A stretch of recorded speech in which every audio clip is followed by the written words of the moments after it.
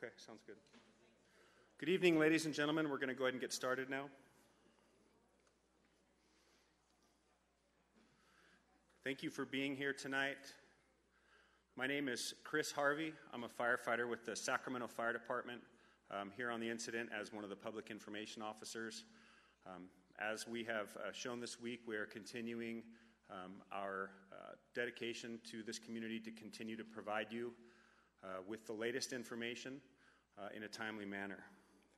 First of all, I'd like to start by introducing Marla Arciniega. She's here tonight with Just Communities, and she has a few words to say about our Spanish language translation. Thank you. Muy buenas noches. Mi nombre es Marla y les estamos ofreciendo interpretación esta noche. My name is Marla and we are offering some interpretation tonight. El equipo está ubicado en la parte de atrás del auditorio. The equipment is located in the back part of the auditorium. Si necesitan uno, vayan a visitarnos y nosotros les ayudaremos. If you need one, just come visit us and you'll be able to borrow one. Voy a compartirles algunas guías de cómo trabajar con intérpretes. I'm going to share a couple of guidelines on how to work with interpreters. Para empezar, si me ven hacer este señalamiento, necesito que hablen más despacio. If you see me doing this sign, I need you to slow down. Si me ven hacer este señalamiento, necesito que alcen la voz. If you see me do this sign, I need you to raise your voice. Y si me ven hacer este señalamiento, quiere decir hablen uno a la vez. If you see me do this sign, it means please speak one at a time. Thank you for your collaboration. Gracias por su colaboración. Thank you, Marla. I'd also like to take a moment to recognize the efforts of Joe Black to my right here, who has been providing ASL translation for us this week every night. So thank you, Joe. I will start tonight by introducing from the Unified Command System we have here, CAL FIRE Incident Management Team 4, Deputy Incident Commander Jeff Pemberton.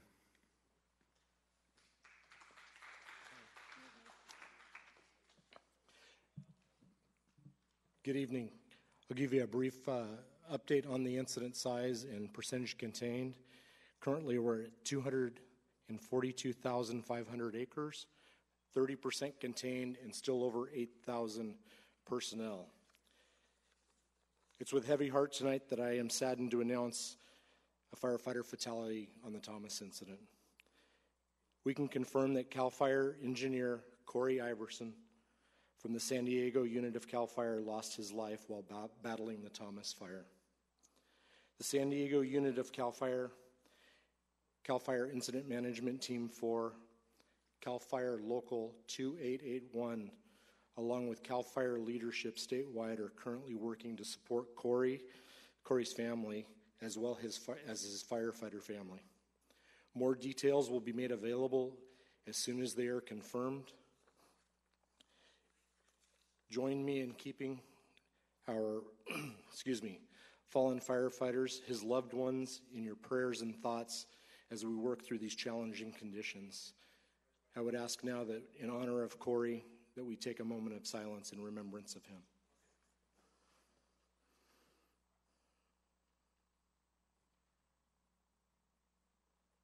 Thank you.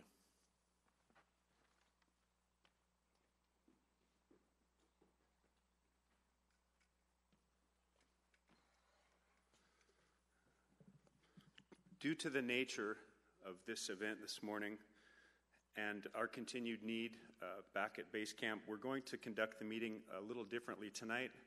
We will have an operational briefing here on the conditions of the fire as they currently are. We will take a few brief questions at that time relating to the fire only, please, just related to the fire activity. And then we'll have a couple of speakers from our law enforcement community here, and at that point we will break out into having your questions answered on an individual basis. We will not be taking questions from the stage with the microphone tonight. We do have representatives here from water, power, some of your local agencies here that have to do with repopulating back into your home. So we will get all your questions answered. We will stick around until the last question is answered, but we will be answering them on a one-on-one basis here in front of the stage or in the lobby behind us. So with that, I will introduce our ops briefing from Santa Barbara County Fire Battalion Chief Chris Childers.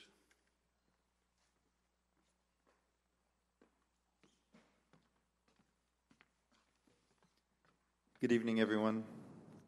Not as much fun today as it was the last couple of days. We've had a very good day, but this was a tough one for all of us. The reason I can be here every night instead of being out there in the operations is because I have a mirrored image partner on this fire. And he's a CAL FIRE guy with the CAL FIRE team, and he was good friends with his kid. And so that hits hard. And it always hits hard when it's a firefighter because it's all big family and all firefighters are hit with that. But it's even closer to home tonight. So with that, we did get a chance to go out and see what's going on in the fire this afternoon. And I just got back from the fire line and the area where we are actually progressing directly up the hill, and I'm trying to slow down. I promise I'm trying to slow down. The fire line, what they're cutting is incredibly, it's the hill itself. You all know the front country here, but the line they put in above the house is, I swear it's that steep. And it's amazing that these guys are out there working it, and yet they've got a direct line up and they're working up the hill. So they're doing a great job. Before I get into the map exactly where we are, let me do one more thing, a follow-up from a question last night. Someone mentioned they had not been seeing firefighters wearing masks. And I did see a firefighter wearing a mask while I was out there just now. And also the good answer, the proper answer is not that, I don't want to suggest we're all dummies. We have some really intelligent people out there that know what's going on. And you also remember the other day, the doctor from the county talked to us about the health effects of breathing those particulates. And she also mentioned that the most at risk are the youth and the elderly, the very young and the elderly, or some people that have medical conditions. Generally, the firefighters that are out there doing this job are young and healthy people with healthy lungs. Those lungs recover in a little bit of time. And in the fire service, in the old days, we used to fight fire until the fires went out. Nowadays, we take care of our crews a little better. Most fires, we stay a total of 14 days, and then we send people home and get them a few days off at least. So we try and get them out of, obviously, it'd be nice to get out of the smoke. We send them home, we send them out of here. And then the maximum we allow even team members to stay is 21 days. And then we send them, they have to go and take some days off and get some recovery. So we do take care of our guys a little bit. It's not all misery. Okay. With that, let's take a look at the fire.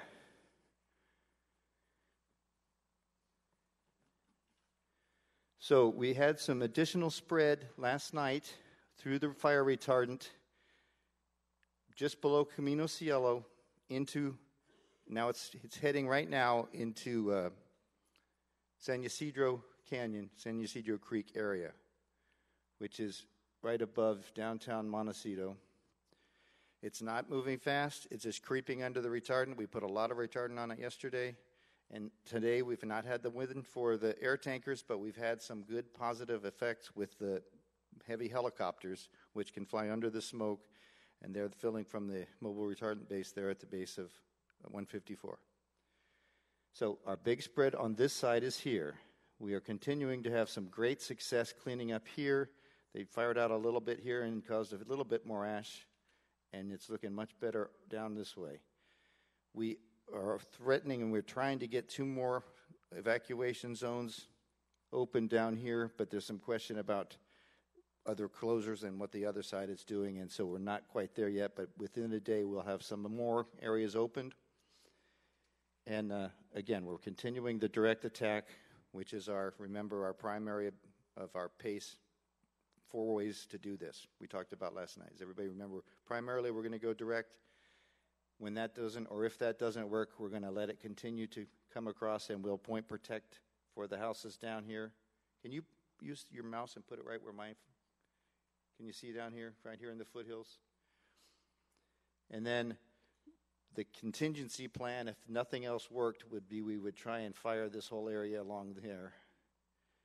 with the lines that we've put in down here and the lines here. You want to show them that? Does that help? So that's kind of the contingency plan. It looks less and less necessary at this point. We're hopeful that we can keep going direct and not have to do that. And then we're having some good luck with the retardant lines back here, and now we're putting those hand lines in. And so we're hopefully getting, I think, going to be sealed into the San Ynez Creek River on the north or the south side. And we had some luck over here, but we still have some work to do back here. And that, again, ties us into the Zaca fire. And the other side, they have some heat and some projects up here. In the other side of the fire, there's a firing operation going to happen off the 33, but that will be on the Ventura side. And they had, of course, some heat and some backup down in the Fillmore area.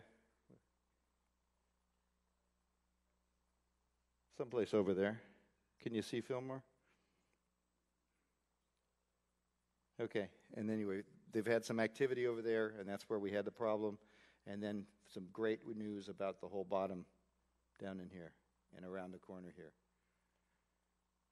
Okay, and I will stick around for, are we doing questions now or? Okay, I'll be around after that to have questions.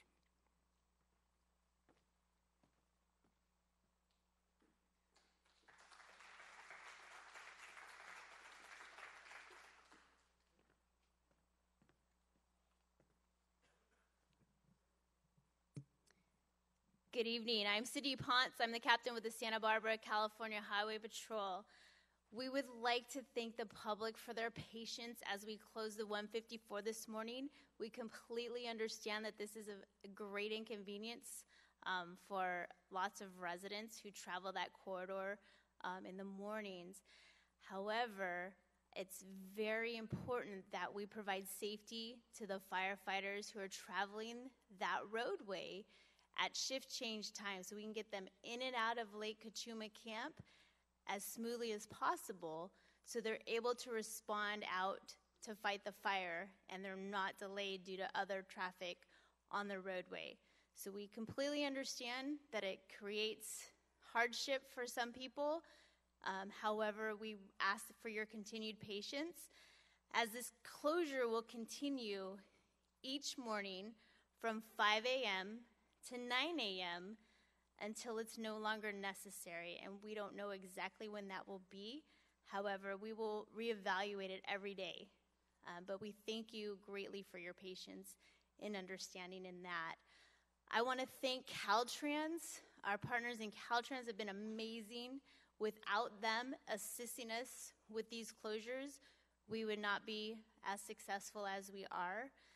And lastly, our thoughts and prayers are with our brothers and sisters at CAL FIRE. We just ask that you keep them in your thoughts and prayers too as they mourn the loss of their loved one. Thank you.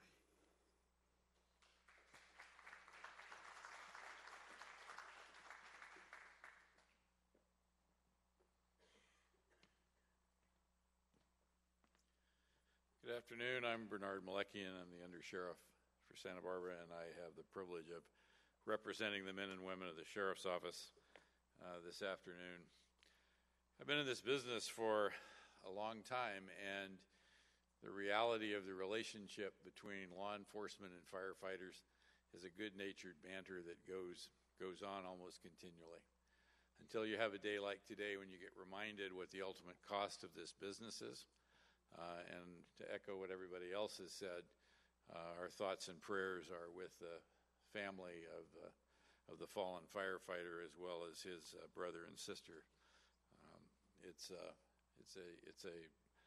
a tough business, and it's a good reminder that these 8,000 people that are out there fighting this fire for all of us, it's not an easy business. So. The Sheriff's Office has two missions, really. One is evacuation, and the other is the security of those areas once they are evacuated. And in the course of talking about the role of firefighters and the role of law enforcement, I just wanted to point out that there's another evacuation that's gone on, and it's not carried out directly, at least, by law enforcement, and that's the evacuation of animals. Nearly 1,500 animals, large animals, have been evacuated over the course of the last 10 days.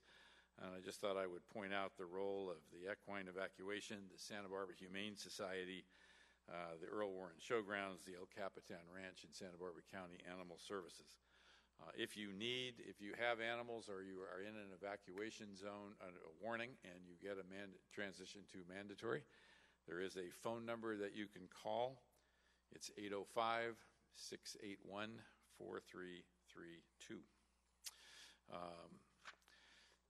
Currently, there are no changes from yesterday in the status of mandatory evacuation areas as well as warning orders. We have gotten a number of questions about repopulation. That is a decision that will be made by Fire Incident Command. I can assure you that they are continually reviewing this. They recognize that people want to go home, that they need to go home, and it is the number one priority of both county EOC as well as the Fire Incident Command to repopulate those areas as quickly as possible. The only criteria being that it needs to be as safe as possible. And until they can be assured that people can be reintroduced back into those areas safely, those areas will remain closed. We anticipate that that may change, particularly on the eastern side of Carpinteria in the next day or two, but we do not know yet, and as soon as we know, you will know. A reminder that we have gotten a number of requests about whether or not people we will escort them into the closed areas. And while we deal with this on a case-by-case basis, we have not, the answer is generally no. And the reason that it is no is because we're hoping, quite frankly, that the area will open up very quickly. If, in fact, for some reason it appears as though the areas will remain closed for an extended period of time, we will reevaluate that, and we will work with our California Highway Patrol partners to develop a systematic plan for escorts. Just a reminder that if you are in a warning area, in spite of what seems to be a pretty steady barrage of good news, at least as far as controlling the western edge of the fire is concerned, not to get complacent. If you are in a warning area, you still need to be prepared to leave on very, very short notice. If you are in an area that is evacuated, please be assured that the area is being patrolled by sheriff's deputies and officers from the California Highway Patrol. And if you are in a warning area, we remind everybody that you may have neighbors who have self-evacuated, and please keep an eye on their home, treat it as neighborhood watch, and please be assured that both the Sheriff's Office and Santa Barbara Police Department are responding to routine calls for service and will respond to your requests for assistance. And I will be available for questions afterwards as well. And thank you, as always, for letting us be of service.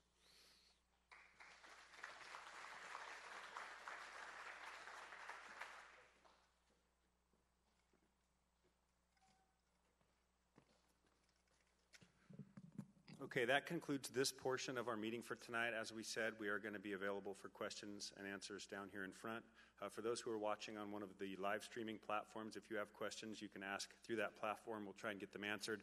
Those who have questions specific to the fire and the fire operations, please meet down here in the front here, and Battalion Chief Childers will answer those questions. We can use the map and the pointer if necessary. And finally, I would just ask that you please refrain from asking any questions relating to this morning's fatality, as it is still under investigation, and we will not be able to comment. Thank you for coming. Oh, my apologies. I see the doctor's here. She's going to speak to you. Happy to see you.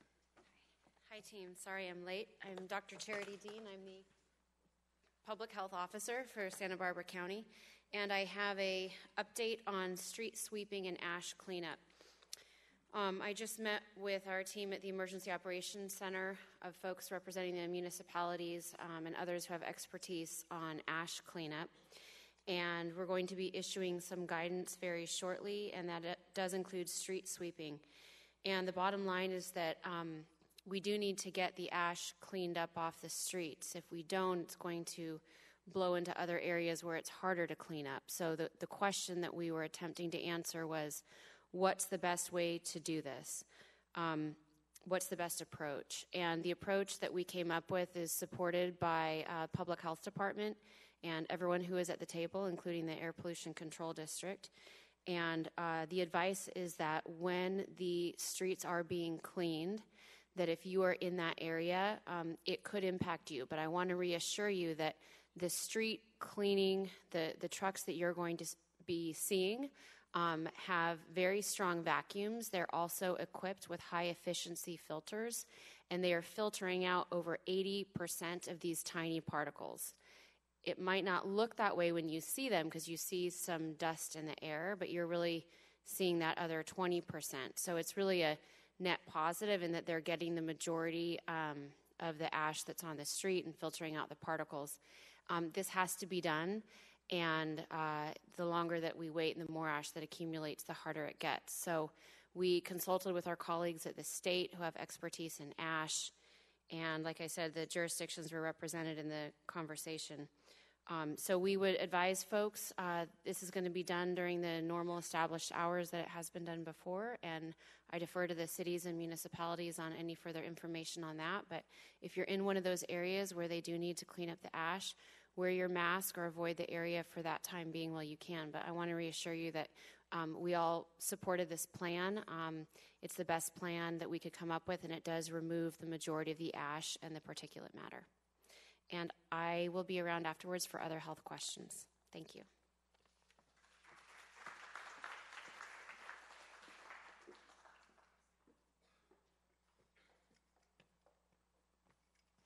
Okay, thank you. That concludes our meeting. Again, questions down front, or we also have maps taped up in the lobby if you want to have your question answered next to a map.